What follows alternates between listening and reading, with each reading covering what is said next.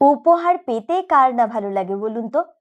আর সেই উপহার যদি হয় প্রিয় লেখকের কাছ থেকে আসা তারই লেখা বই, সেই ভালো লাগা বর্ণনা করার মতো ভাষা আমার জানা নেই। এই বইতেই রয়েছে আমার ভীষণ প্রিয় লেখক তপন বন্দ্যোপাধ্যায়ের লেখা কাব্য নাটক রবীন্দ্রনাথ, মৃণালিনী ও ভবতারিণী। কারা কারা শুনতে চান নিচে কমেন্ট করে জানান। এর আগে আমি একটি প্লেলিস্ট বানিয়েছিলাম ঠাকুর বাড়ির গোপন কথা। রাতেও তো কত দেরি করো রোজ, কত রাত করে বিছানায় আসো, তখন আমার দু চোখ জুড়ে রাজ্যের ঘুম।